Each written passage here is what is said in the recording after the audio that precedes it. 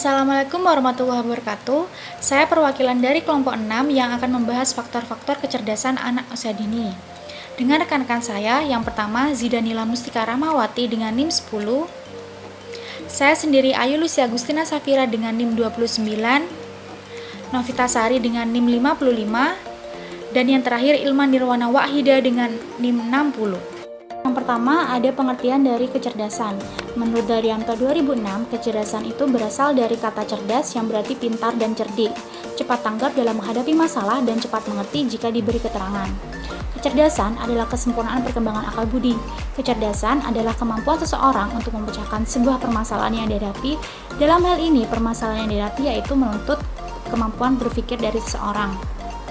Lalu, menurut Akyas 2004 mengatakan bahwa kecerdasan ialah kemampuan untuk memecahkan atau menciptakan sesuatu yang bernilai bagi budaya tertentu. Nah, kecerdasan sendiri itu dibagi menjadi beberapa macam. Yang pertama adalah kecerdasan intelektual.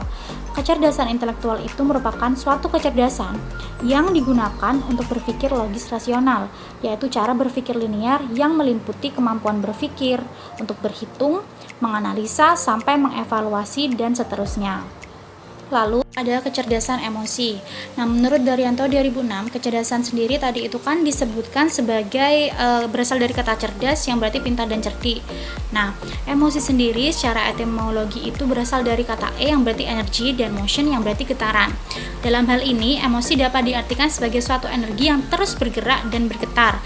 Secara terminologi, emosi itu diartikan sebagai setiap kegiatan atau pergolakan pikiran dan perasaan. Nah, menurut Goleman 2007 terdapat 5 dasar kecakapan emosi dan sosial, antara lain yang pertama, kesadaran diri. Nah, dengan kesadaran diri seseorang itu mampu untuk memahami emosi diri sendiri, memberikan penilaian pada diri sendiri, dan untuk mengambil keputusan serta percaya diri. Seseorang yang memiliki kesadaran diri itu dapat dengan mudah mengetahui perasaan dan memantau emosi yang muncul pada waktu tertentu dan efeknya itu bagaimana. Dia mampu untuk mengontrol itu. Dia mampu untuk mengetahui kekuatan dirinya sendiri itu bagaimana untuk mengontrolnya. Dia tahu karena dia memiliki kesadaran diri. Lalu yang kedua ada pengaturan diri. Nah, kemampuan seseorang dalam mengendalikan dan menanggapi emosinya. Jadi setelah ada kesadaran diri, ada pengaturan diri. Jadi dia tahu bagaimana sih kalau dia emosi. Nah, lalu pengaturan dirinya itu dia bisa mengatur gimana cara mengatur emosinya, cara mengendalikan emosinya, cara menenangkan dirinya sendiri, seperti itu. Lalu yang ketiga, memotivasi diri sendiri. Kecenderungan emosi yang mengantarkan atau memudahkan seseorang meraih sasaran. Orang yang memiliki keterampilan ini cenderung lebih produktif dalam upaya apapun yang dilakukannya, serta memiliki kegigihan dalam memperjuangkan tujuan walaupun ada halangan dan kegagalan. Jadi dia mampu untuk bangkit kembali setelah dia mungkin jatuh atau gagal. Dia mampu untuk mengatur dirinya sendiri dengan memotivasi diri sendiri dan bangkit kembali. Lalu ada empati. Empati ini merupakan kesadaran terhadap perasaan, kebutuhan, dan kepentingan orang lain. Orang yang empatik mampu merasakan yang dirasakan oleh orang lain, lebih peka terhadap keadaan orang lain, mampu memahami perspektif orang lain dan menumbuhkan hubungan saling percaya, serta mampu untuk menyelaraskan diri dengan berbagai tipe hubungan. Lalu ada keterampilan sosial. Orang yang memiliki keterampilan sosial ini lebih mudah untuk membangun hubungan sosial dengan orang lain dan mampu untuk menangani emosi dengan baik ketika berhubungan dengan orang lain atau berhubungan sosial dengan orang lain. Mereka mampu untuk membaca situasi dan jaringan sosial secara cermat, berinteraksi dengan lancar, menggunakan keterampilan ini untuk mempengaruhi, memimpin, bermusyawarah, menyelesaikan perselisihan, serta bekerja sama dengan tim. Selanjutnya akan dijelaskan oleh rekan saya. Saya akan menjelaskan tentang tahap-tahap kecerdasan pada anak. Kecerdasan pada anak atau yang lebih dikenal dengan sebutan kemampuan kognitif anak memiliki perkembangan dari masa bayi sampai dengan masa dewasa. Perkembangan kognitif atau kecerdasan adalah pertumbuhan berpikir logis dari masa bayi sampai dengan masa dewasa. Menurut dari pendapat Piaget, yang mengatakan bahwa perkembangan yang berlangsung dari masa bayi sampai dengan masa dewasa tersebut memiliki 4 tahapan, yaitu yang pertama, tahap sensori motorik yang diawali dari usia 0 sampai dengan usia 1,5 tahun. Yang kedua, yaitu tahap praoperasional, dimulai pada saat anak berusia 1,5 sampai dengan usia 6 tahun. Yang ketiga, yaitu tahap operasional konkret. Masa ini dimulai ketika anak berusia 6 tahun sampai dengan usia 12 tahun. Sedangkan tahap yang terakhir atau yang keempat, yaitu tahap operasional formal. Tahap ini dimulai pada saat anak berusia 12 tahun ke atas. Menurut pendapat Piaget dalam Matt Jarvis tahun 2011, percaya bahwa kita semua sudah melalui keempat tahapan di atas, meskipun setiap tahapan atau fase dilalui dalam usia yang berbeda. Setiap tahapan dimasuki pada saat otak kita telah cukup matang guna memungkinkan operasi atau logika jenis baru. Sedangkan menurut pendapat dari Ratna Willis pada tahun 2011 mengatakan bahwasannya semua manusia melewati atau melalui setiap tingkatan tersebut atau tahapan yang sudah dipaparkan di atas. Namun, dengan kecepatan yang berbeda-beda pada setiap individu. Jadi, kemungkinan jika anak yang berusia 6 tahun berada di tingkat atau tahapan operasional konkret, sedangkan terdapat anak yang berusia 8 tahun masih baru pada tingkat atau tahapan praoperasional di dalam cara berpikir. Namun, urutan perkembangan kecerdasan tersebut sama untuk seluruh anak tanpa terkecuali. Struktur untuk tahapan atau tingkat sebelumnya terintegrasi serta termasuk bagian dari tingkat atau tahapan berikutnya. Nah, di sini saya akan menjelaskan lebih detail lagi mengenai tahapan-tahapan kecerdasan pada anak. Yang pertama yaitu tahapan sensori motorik. Sensori motor. Menurut pendapat dari Diane E. Papalia dan Sally Watkins Old and Good Desk Development pada tahun 2008, sepanjang tahap ini dimulai dari sejak lahir sampai dengan berusia 2 tahun, bayi belajar mengenai dirinya sendiri dan dunia mereka dengan indera mereka sendiri yang sedang berkembang serta melalui aktivitas gerak atau dengan motorik. Sedangkan menurut pendapat dari Muhammad Surya pada tahun 2003 mengatakan aktivitas kognitif terpusat atau tersentralisasi pada aspek alat indera atau sensori serta gerak atau motorik. Artinya, di dalam tahapan ini, anak tersebut hanya mampu atau dapat melakukan pengenalan lingkungan melalui alat inderanya serta pergerakannya. Situasi ini adalah dasar atau fondasi bagi tahap perkembangan kognitif tahap selanjutnya atau kognitif selanjutnya. Aktivitas sensori motorik tersebut terbentuk melalui proses atau metode penyesuaian struktur fisik sebagai hasil dari interaksi dengan lingkungan di sekitarnya. Yang kedua yaitu tahap praoperasional. Nah, pada tahapan ini, anak sudah menunjukkan kegiatan kognitif di dalam menemui atau menghadapi berbagai hal yang di luar dirinya. Aktivitas berpikirnya belum memiliki sistem yang terorganisasikan. Anak sudah bisa memahami realitas di lingkungan dengan memakai atau menggunakan tanda-tanda serta simbol.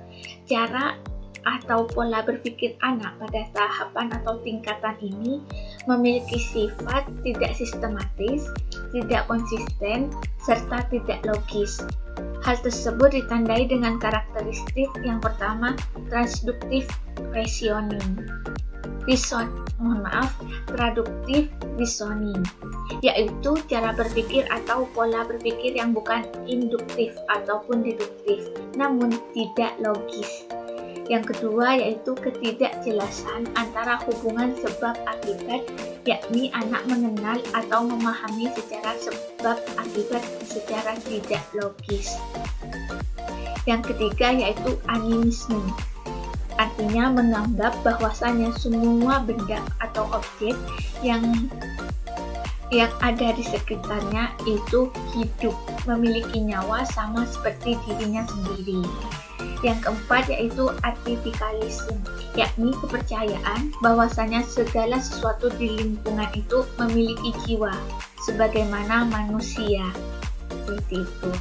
Yang kelima yaitu perceptually bound, yaitu anak menilai objek atau sesuatu berdasarkan dari apa yang telah ia lihat maupun ia dengar. Nah, yang keenam mental experiment, yaitu anak mencoba atau berusaha melakukan sesuatu guna menemukan atau memperoleh jawaban dari permasalahan yang telah dihadapinya. Yang terakhir yaitu centration, adalah anak memusatkan atau memfokuskan perhatiannya pada suatu ciri atau karakteristik yang menurutnya paling menarik, atau mengabaikan ciri-ciri atau karakteristik yang lainnya yang menurut mereka tidak menarik untuk diperhatikan. Seperti itu. Yang ketiga yaitu tahap operasional konkret. Nah, menurut pendapat dari Matt Jarvis pada tahun 2011 mengatakan pada tahap ini anak sudah cukup matang untuk menggunakan pemikiran logika atau operasi, namun hanya untuk objek fisik yang ada saat ini. Dalam tahapan ini, anak sudah hilang kecenderungan terhadap animisme serta artikialisme. Ekosentrisnya berkurang, serta kemampuan di dalam tugas-tugas konservasi menjadi lebih baik. Namun, tanpa objek fisik di hadapan mereka, anak pada tahap atau fase operasional konkret ini masih mengalami kesulitan besar dalam menyelesaikan tugas-tugas logika.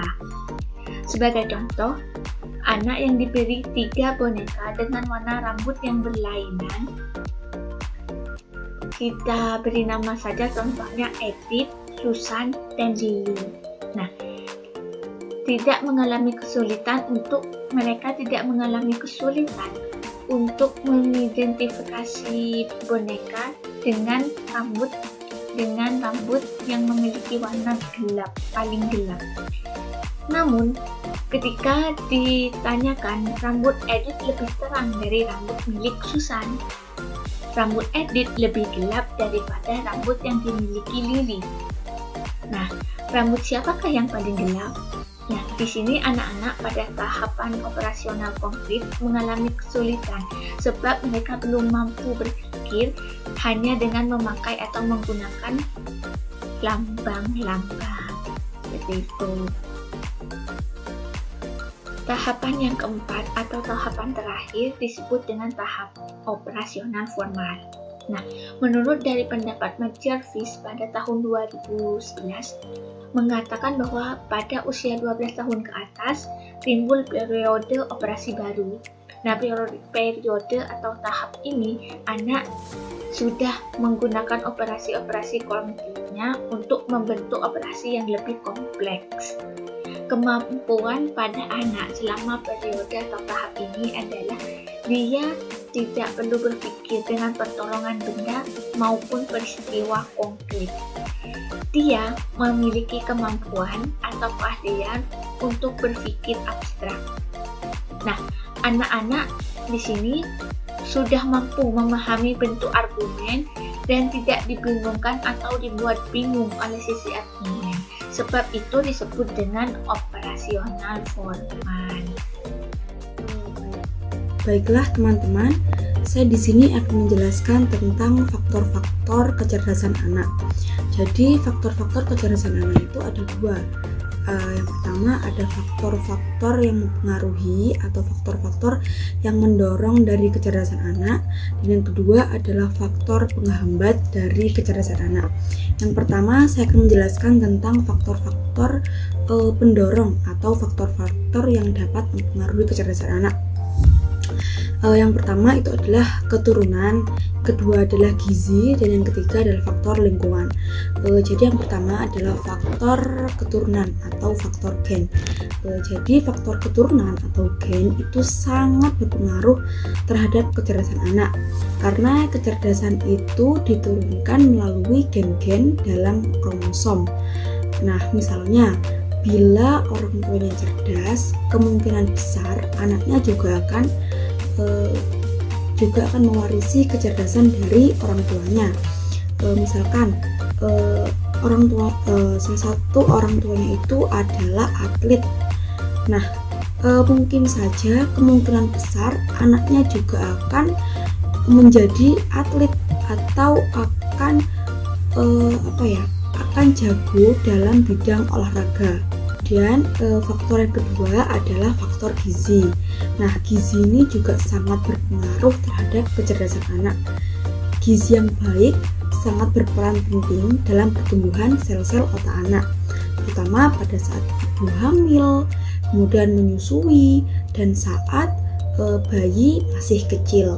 Itulah dimana saat-saat sel-sel dalam otak anak itu sedang berkembang dengan pesat-pesatnya. Nah, kemudian kekurangan gizi ini juga akan sangat berpengaruh terhadap kinerja dari otak itu. Gitu. Jadi, misalkan kekurangan gizi saat ibu hamil, saat ibu menyusui, dan saat bayi masih kecil itu akan mengurangi jumlah sel otak anak normal. Begitu. Nah, hal tersebut akan juga berpengaruh terhadap kinerja otak anak. Yang ketiga adalah faktor lingkungan. Faktor lingkungan ini sangat mempengaruhi kecerdasan anak. Yang mana lingkungan yang kondusif, lingkungan yang baik bagi anak adalah lingkungan yang kondusif, yang mana yang dapat mendukung dari kebutuhan mental anak. Nah, yang disebut dengan kebutuhan mental adalah kebutuhan akan kasih sayang, kebutuhan akan rasa aman kepada anak, pengertian, memberi perhatian, kemudian penghargaan, dan rangsangan intelektual kepada anak. Nah, kekurangan rangsangan intelektual pada masa bayi dan balita ini akan menyebabkan hambatan pada perkembangan kecerdasan anak. Begitu. Nah, kekurangan dari salah satu yang saya sebutkan tadi dari kebutuhan mental itu adalah misalkan pada bayi yang ada di panti asuhan. Nah, di sana bayi di panti asuhan itu biasanya walaupun mendapatkan perhatian, namun mereka tidak mendapatkan sepenuh perhatian dari orang tua kandung terhadap anaknya. Gitu. Lalu, nah ini ada Dr. Tipi Sumpaiko Tancanco dalam Riani pada tahun 2018. Nah, menurut dokter ini faktor genetik, IQ bawaan atau kecerdasan bawaan, dan pendidikan yang didapat anak itu hanya akan mempengaruhi 50% dari seluruh kecerdasan anak. Jadi 50% yang lainnya itu didapat dari dukungan orang tua atau guru, lalu kecerdasan emosional atau EQ, dan dari kesesuaian gaya belajar. Nah, yang pertama adalah dukungan orang tua atau guru. Nah, dengan seringnya orang tua atau guru memberikan stimulus sederhana kepada anak, seperti mengobrol, membaca buku, menonton tayangan edukatif, kemudian berbagai aktivitas lainnya yang dapat merangsang imajinasi anak dan dapat merangsang rasa ingin tahu anak. Nah, hal ini dilakukan untuk meningkatkan kecerdasan anak.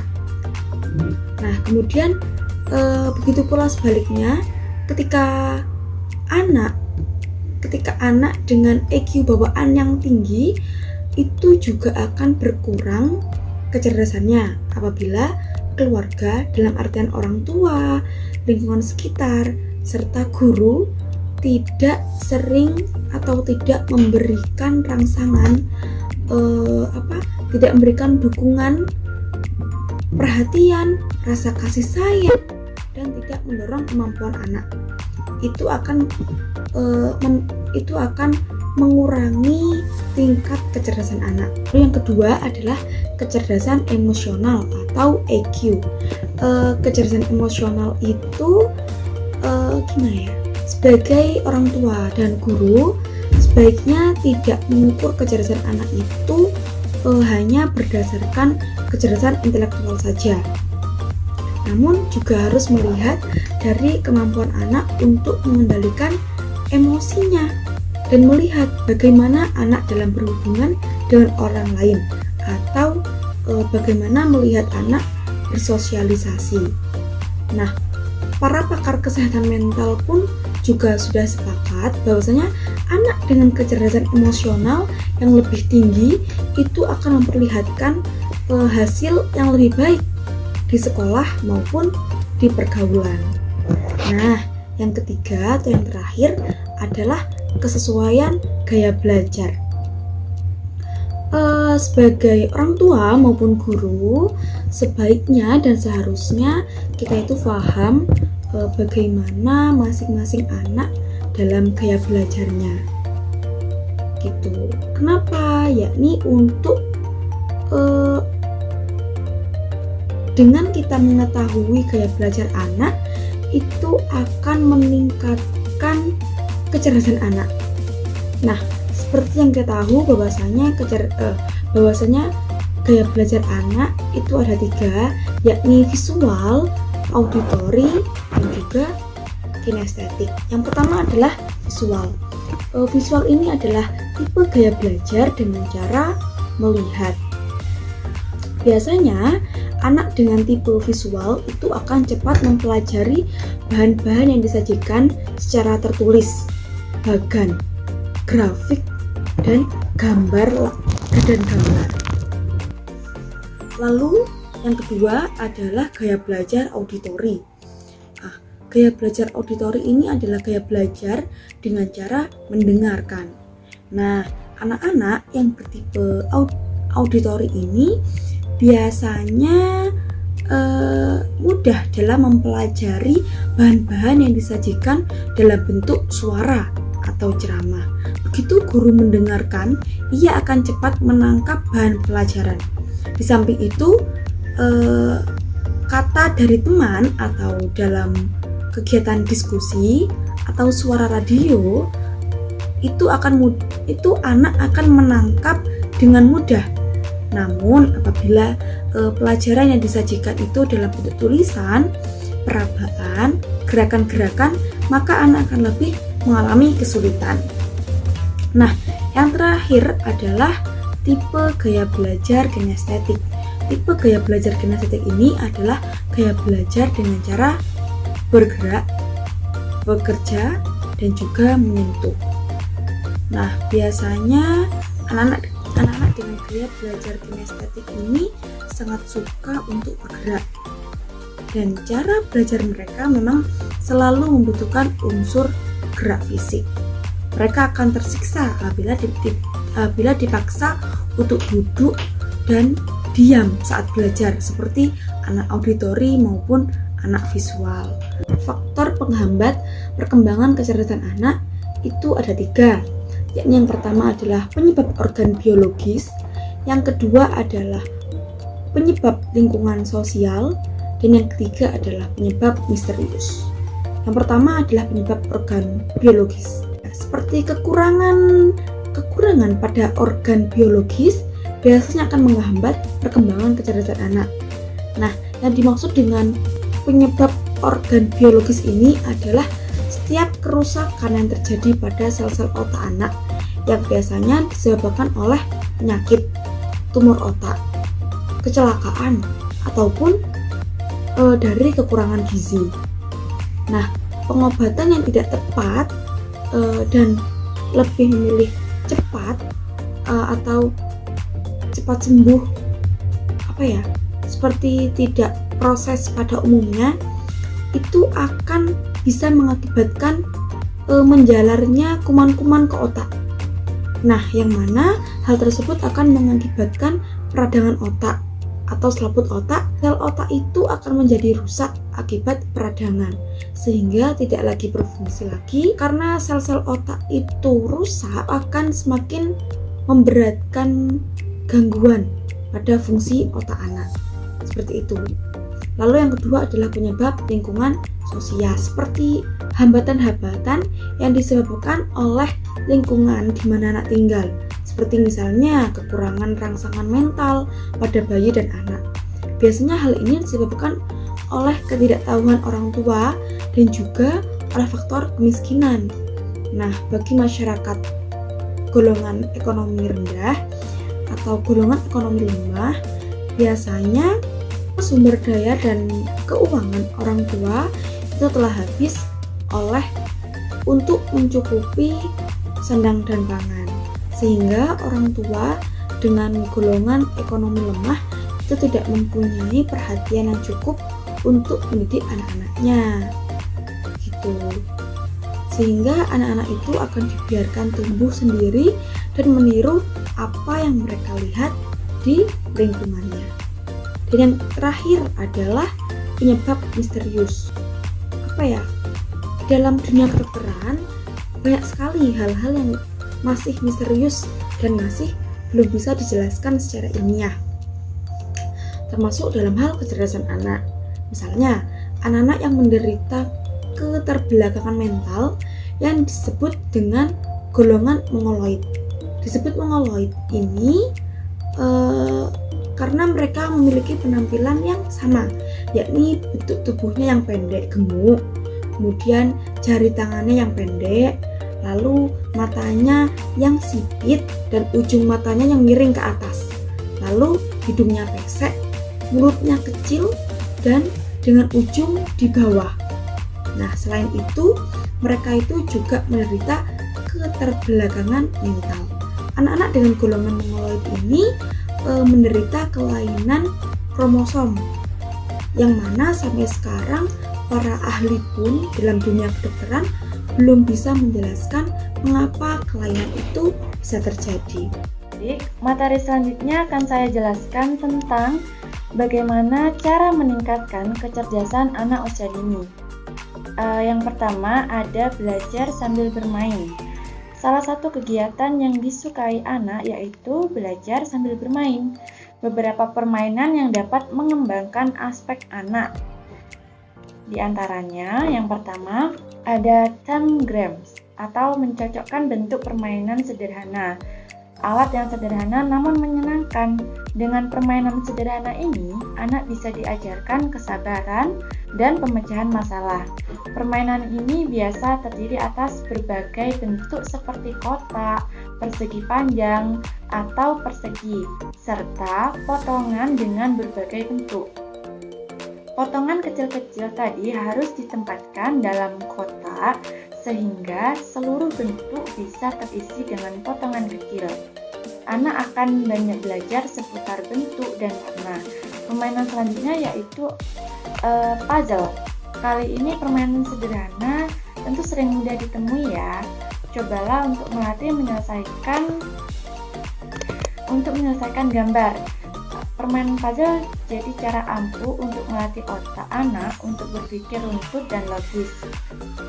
Yang ketiga, mencocokkan gambar. Kegiatan bisa dilakukan dengan menggunakan kartu bergambar atau barang-barang di sekitar rumah untuk bermain.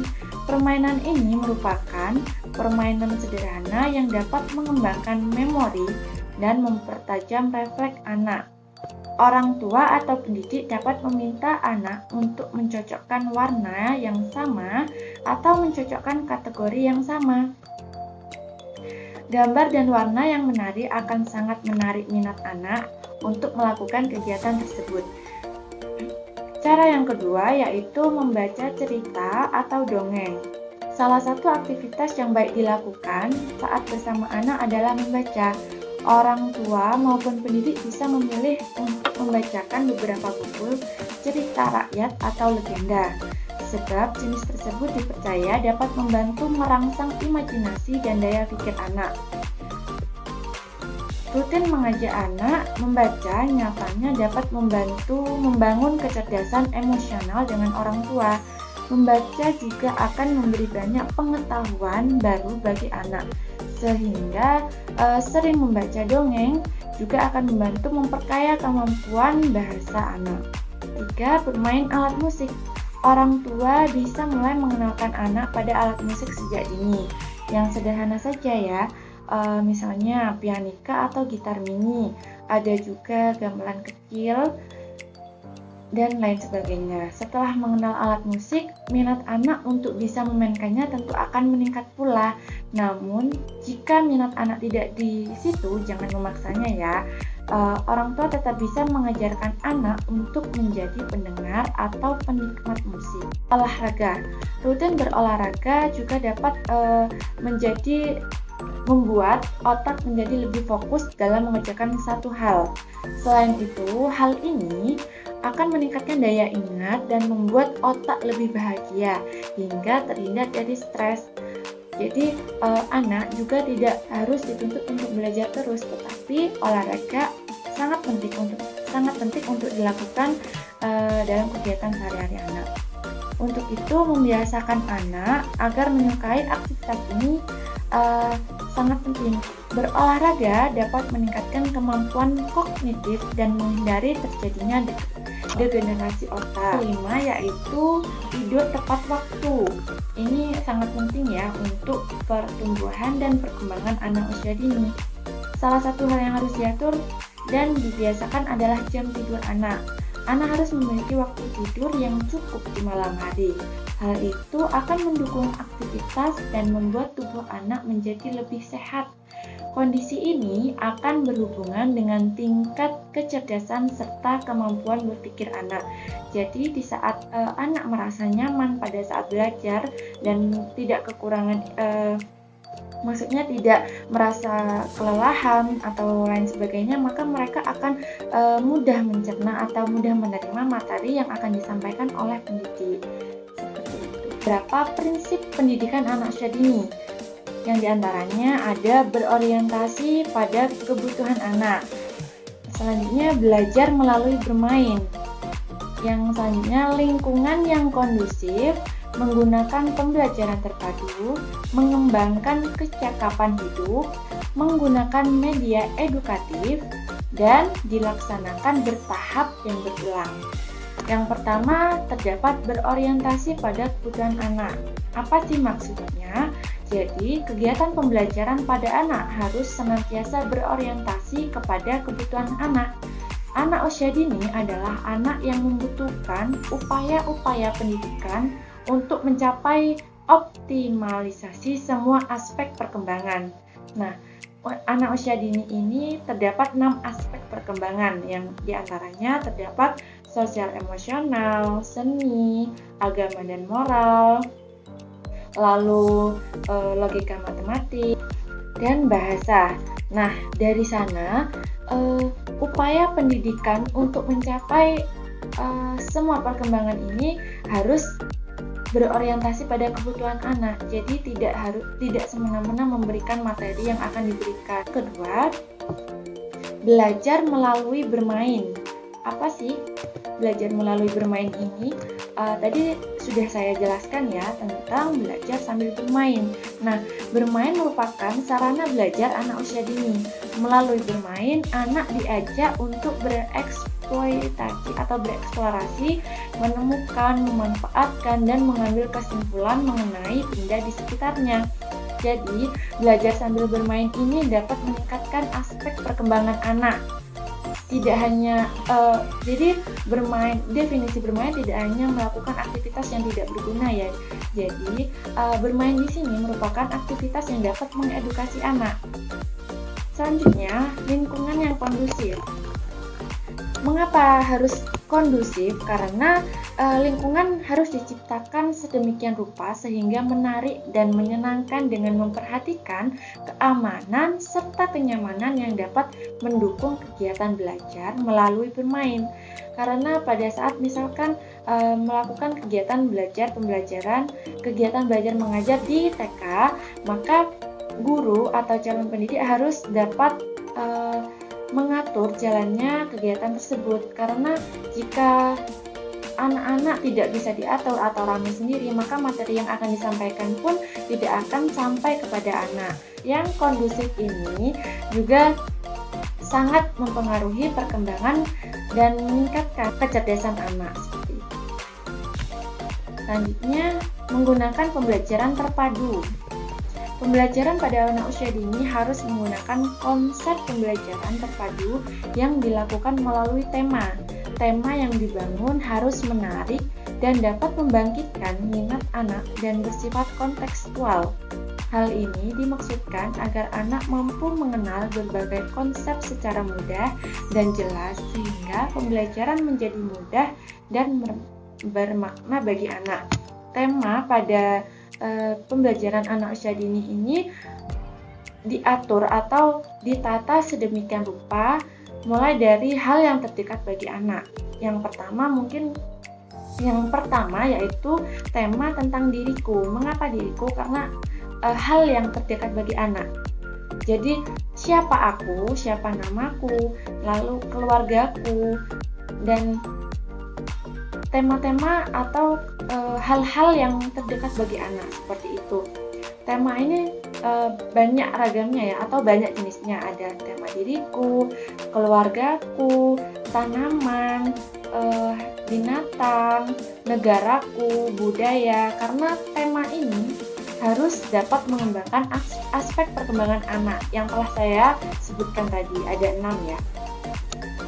Selanjutnya, mengembangkan berbagai kecakapan hidup. Apa sih maksudnya? Mengembangkan keterampilan hidup dapat dilakukan melalui berbagai proses pembiasaan. Hal ini dimaksudkan agar anak belajar untuk menolong diri sendiri, mandiri, bertanggung jawab, dan memiliki disiplin diri. Nah, di sini dapat saya contohkan dalam hal sederhana saja ya. Misalkan anak sedang bermain atau sedang bermain dengan teman-temannya. Nah, di sana anak menggunakan alat permainan atau alat permainan edukatif. Nah, dari misalkan mereka sudah selesai bermain, kita sebagai calon pendidik atau guru anak usia dini maka harus membiasakan anak, Dek, kalau selesai bermain, mainannya dirapikan ya, seperti itu.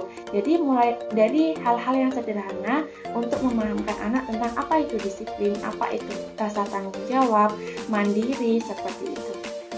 Mandiri di sini juga dapat dengan mengajarkan anak, misalkan dengan makan makanan sendiri dan tidak mudah untuk Ibu, ayo disuapin, minta tolong disuapin, seperti itu. Jadi hal-hal yang terdekat bagi anak. Selanjutnya, menggunakan berbagai media edukatif dan sumber belajar. Media dan sumber pembelajaran dapat berasal dari lingkungan alam sekitar atau bahan-bahan yang sengaja disiapkan oleh pendidik atau guru.